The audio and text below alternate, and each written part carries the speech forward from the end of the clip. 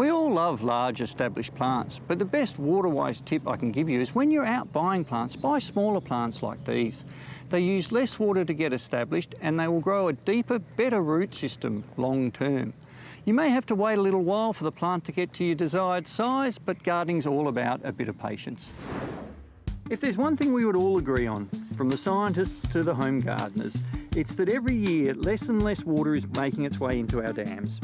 And it means we need to think a bit more creatively to conserve our supplies. Now, most of us know that we use half of our household water on our gardens, and can we change that? I think we can, and a simple way of going about it is by choosing the right water-wise plants for your garden. So how do you choose a water-wise plant?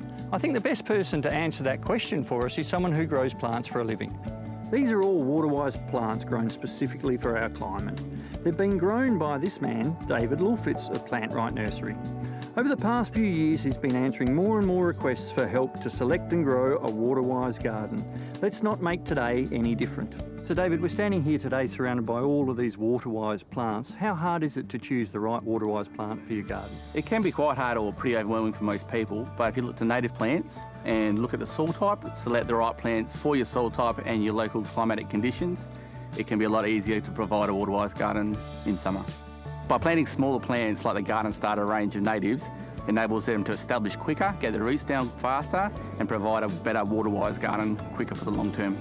David, what's the best time of year to plant and establish a new garden so that you can reduce the amount of water you need to get the plants up and going? Autumn's a fantastic time to plant your garden. The milder weather, plus the onset of winter rains really help your natives get established.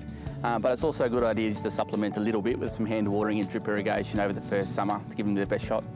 David, the soil types in Western Australia vary so much. Would you recommend adding anything into the soil to help improve it for the plants? Or with these plants being native, are they happy just being planted as they would naturally in the bush? Well, Julian, you can just plant them straight into the ground, but to give them the best shot, we recommend probably planting them with some controlled release fertiliser. That's certainly what we do here. In addition to some soil conditioner, for some varieties may be benefit too. So just take what we do into your own garden and you'll have the best results. Do you have a particular favourite that you like? Look, it's hard to choose, but I think the sand bottle brush is one of my favourites, and it flowers in autumn, gives a good splash of colour and really brightens up the garden. When you're doing your research, one tool you can use is the Water Corporation's Waterwise Plant Search tool. Simply pop in your suburb and it comes up with a list of plants that would suit where you live. Then it's just a matter of working out the look that you'd like for your garden. Or you can do it the old-fashioned way and ask an expert like David from Plant Right. Either way, it's worth making that initial effort to choose the right plants for your garden so that you can use as little water as possible.